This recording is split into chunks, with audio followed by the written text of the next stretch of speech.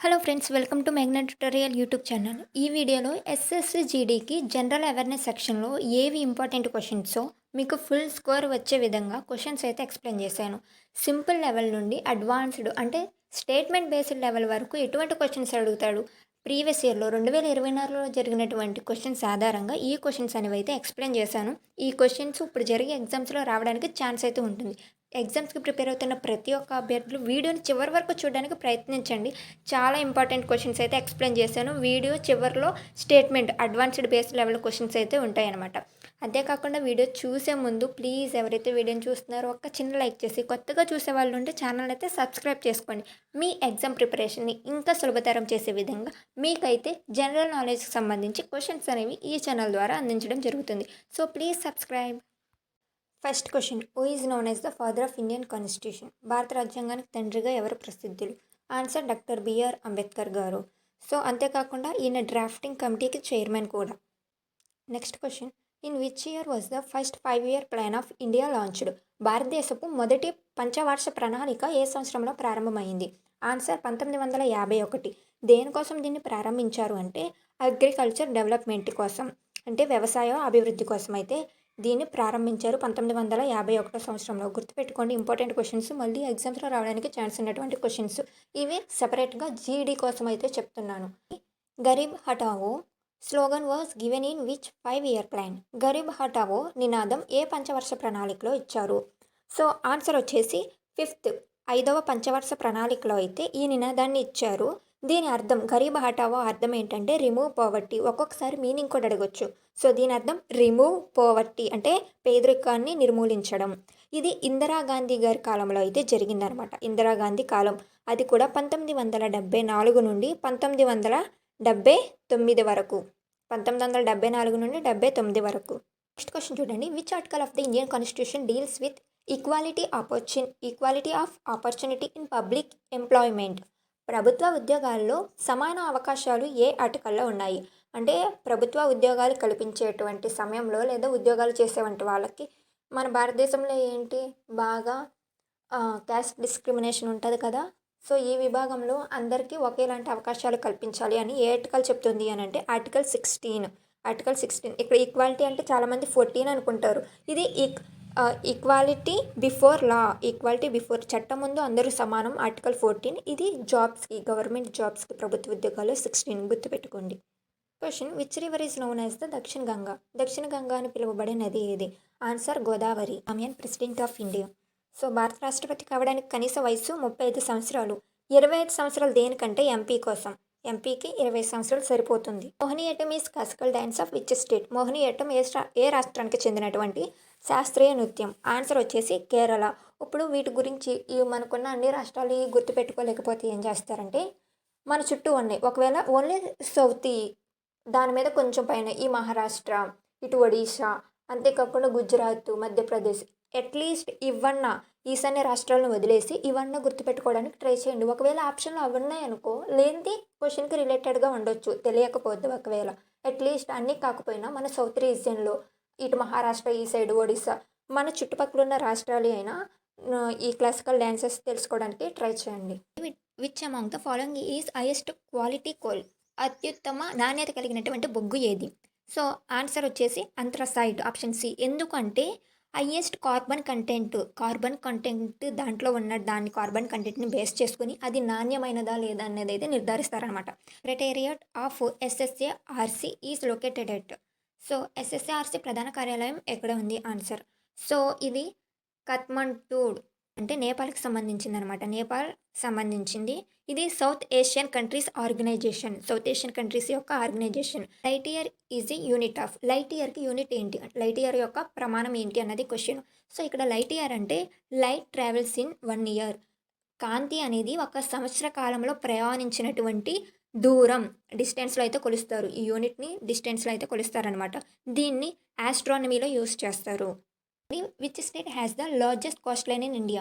భారతదేశంలో అతిపెద్ద తీరరేఖ కలిగిన రాష్ట్రం ఇది. So answer Gujarat. సెకండ్ వచ్చి తమిళనాడు, థర్డ్ వచ్చి ఆంధ్ర. ఇది సెకండ్, ఇది థర్డ్, ఇది మొదటిది. అంతకుముందు లెక్కల ప్రకారం చూస్తే రెండవ తీరరేఖ కలిగిన రాష్ట్రంగా మనం ఆంధ్రప్రదేశ్ ఉండేది. కానీ కొత్త పరిణామాల లెక్కల ప్రకారం అయితే మంది మూడవ రాష్ట్రంగా, తమిళనాడు రెండవ రాష్ట్రంగా అయితే మార్పు చెందాయి గమనించండి. Plassey was fought in which year? Plassey యుద్ధం ఏ సంవత్సరంలో జరిగింది? ఆన్సర్ 1757. ఈ ప్లాసీ యుద్ధాల గురించి క్వశ్చన్స్ అనేవి ఇప్పుడు జరుగుతున్న ఎంటీఎస్‌లో కూడా వస్తున్నాయన్నమాట. సో, ఇది మొదటి ప్లాసీ యుద్ధం జరిగిన తర్వాత మన భారతదేశంలో బ్రిటిష్ వాళ్ళ పరిపాలన అనేది బిగిన్ అయ్యింది. సో, ప్రారంభమయ్యింది. ఇది ముఖ్య దారి తీసిందనమాట ఈ యుద్ధం. ఎవరెవరికి మధ్య జరిగింది అంటే రాబర్ట్ క్లేవ్ మరియు సిరాజ్ దౌలా మధ్య జరిగింది. 1757. 3 ప్లాసీ యుద్ధాలు జరిగినాయి. వాటి గురించి కూడా నేను అంతకుముందు క్వశ్చన్స్‌లో చెప్పాను. ఆల్రెడీ మన ఛానల్‌లో ఎస్ఎస్‌సి, జీడీ అండ్ ఎంటీఎస్‌కి రెండిట్లకి కలిపి ఇంపార్టెంట్ క్వశ్చన్స్ అంటే 2 10th బేస్ మీద కాబట్టి ఆ లెవెల్‌లో ప్రీవియస్ ఇయర్‌లో వచ్చినటువంటి అన్ని క్వశ్చన్స్ ఆల్ ఎగ్జామ్స్ ఇవి కలిపి అన్ని చాప్టర్స్‌కి జనరల్ అవేర్‌నెస్ సెక్షన్‌లో మన ఛానల్‌లో అయితే అందించడం జరిగింది. ఇంకెవరైనా ఆ వీడియోస్ చూడకపోతే ఆ వీడియోస్‌ని అయితే ఒకసారి చూడండి. Author of the book wings of fire. Wings of fire అనే పుస్తక రచయిత ఎవరు? సో, ఆన్సర్ వచ్చేసి ఏపీజే అబ్దుల్ కలాం గారు. ఈ క్వశ్చన్ చూడండి. Consider the following statement about the first president of India. భారతదేశ తొలి రాష్ట్రపతి గురించి కింద ప్రకటనలు పరిశీలించండి. ఇలా స్టేట్మెంట్ బేస్డ్గా కూడా క్వశ్చన్స్ అయితే వస్తూ ఉంటాయి. అవి కూడా మీకు ఎక్స్ప్లెయిన్ చేస్తున్నాను చూడండి. ఇక్కడ ఏమంటున్నాడు? భారతదేశ తొలి రాష్ట్రపతి గురించి మాట్లాడాలి అంటున్నాడు. అంటే తొలి రాష్ట్రపతి ఎవరో మనకు తెలిసి ఉండాలి. ఎవరు? రాజేంద్ర ప్రసాద్ గారు. డాక్టర్ రాజేంద్ర ప్రసాద్ గారు అయితే ఆయన గురించి ఇచ్చినటువంటి స్టేట్మెంట్స్ ఒకసారి చూద్దాం. స్టేట్మెంట్స్ చూస్తే he was the chairman of the constituent assembly. ఈయన కాన్స్టిట్యూయెంట్ అసెంబ్లీకి చైర్మన్గా వ్యవహరించారు. ఈ స్టేట్మెంట్ కరెక్ట్ అనమాట. సో, మీకు భారత రాజ్యాంగం యొక్క నిర్మాణం గురించి నిన్న క్లియర్గా ఎగ్జామ్ పాయింట్ ఆఫ్ వ్యూలో ఏ విధంగా క్వశ్చన్స్ వస్తాయని వీడియో చేసి అప్లోడ్ చేశాను. ఇంకెవరైనా చూడకపోతే చూడండి. అది చాలా ఇంపార్టెంట్, మోస్ట్ ఇంపార్టెంట్ క్వశ్చన్స్ అవైతే రావడానికి ఛాన్స్ ఉంటుంది. అండ్ నెక్స్ట్ ఈ was the first president of independent India. భారత స్వతంత్రం పొందిన తర్వాత ఈయన మొదటి ప్రెసిడెంట్. కరెక్టే కదా? ఈ served only one term as a president. కేవలం ఒకసారి మాత్రమే ఈయన ప్రెసిడెంట్గా వ్యవహరించారు అన్నది క్వశ్చన్. థర్డ్ స్టేట్మెంట్ లేదు, ఈయన 2 సార్లు, ఈ స్టేట్మెంట్ రాంగ్ అనమాట. 2 సార్లు ప్రెసిడెంట్గా అయితే ఉన్నారు మనం భారతదేశానికి. సో, ఇప్పుడు ఇక్కడ ఆన్సర్ చూస్తే ఏంటి? ఓన్లీ 1 and 2 స్టేట్మెంట్స్ మాత్రమే కరెక్ట్. Option A. చూడండి. Consider the following statement regarding the river Ganga. Ganga నది గురించి కింద ప్రకటనలో పరిశీలించండి. స్టేట్మెంట్స్ చూస్తే it is the longest river in India. అవును, కరెక్టే. ఇట్ ఈస్ ఆల్సో కాల్డ్ దక్షిణ గంగా. దీన్ని దక్షిణ గంగా అని పిలుస్తారంట. సో, ఇది రాంగ్ కదా. దక్షిణ గంగా అని పిలిచేది గోదావరి నదిని.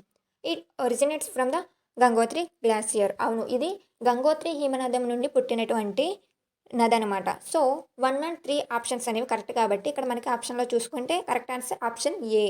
With reference to the planet Mars consider the following statement. అంగారక గ్రహం అంటే మార్స్ గురించి లేదా మంగళ గ్రహం అని కూడా అంటారు దీన్ని. క్రింద వాక్యాలను పరిశీలించండి అన్నాడు. ఇక్కడ స్టేట్మెంట్స్ ఒకసారి చూస్తే Mars is known as the red planet.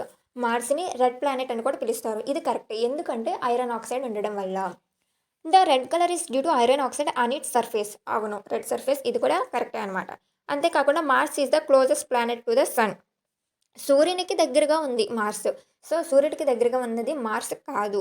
So, 1 and 2 statement correct కాబట్టి ఆప్షన్ ఏ కరెక్ట్ ఆన్సర్. సూర్యుడికి మార్స్ దగ్గరగా లేనప్పుడు సూర్యుడికి దగ్గరగా ఉన్నటువంటి గ్రహం పేరేంటో మీకు తెలిస్తే ఆన్సర్ కామెంట్ చేయండి. Following statement about the Indian national anthem. భారత జాతీయ గీతం గురించి క్రింద ప్రకటనలు పరిశీలించండి అన్నాడు. స్టేట్మెంట్స్ ఒకసారి చూస్తే ఈ statements Jana Gana Mana was written by Rabindranath Tagore. Jana Gana Mana అనే గీతం రచించింది రవీంద్రనాథ్ ఠాగూర్. కరెక్టే. It was the first sung by the Indian National Congress session in 1911. 1911వ సంవత్సరం. అది కూడా భారత కాంగ్రెస్ పార్టీ యొక్క సెషన్లో అయితే దీన్ని మొదటిసారి పాడడం జరిగింది. అవును, సెకండ్ స్టేట్మెంట్ కూడా కరెక్టే అనమాట. అండ్ థర్డ్ చూస్తే the song Vande Mataram is the national anthem of India. Vande Mataram national song, national anthem కాదు. సో, ఈ స్టేట్మెంట్ అనేది రాంగ్. సో, ఈ 2 స్టేట్మెంట్స్ అనేవి కరెక్ట్ కాబట్టి answer 1 and 2 only the correct answers. ఒకవేళ next question consider the following statement about earth atmosphere. భూమి వాతావరణం గురించి క్రింద ప్రకటనలను పరిశీలించండి. ఇక్కడ చూడండి statements. Nitrogen is the most abundant gas in the atmosphere. అంటే భూమి వాతావరణంలో నైట్రోజన్ గ్యాస్ అంటే విస్తీర్ణంగా అబండెంట్ అంటే ఎక్కువ విస్తీర్ణంగా ఇదే ఉంది నైట్రోజన్ గ్యాస్ అనేది. సో, ఈ స్టేట్మెంట్ కరెక్టే. ఎందుకంటే సుమారు 78% కంటే 78% ఈ నైట్రోజన్ గ్యాస్ అనేది భూమి వాతావరణంలో కనిపిస్తుంది. Next oxygen forms less than 1/4 of the atmosphere. ఇక్కడ ఏమంటున్నాడు?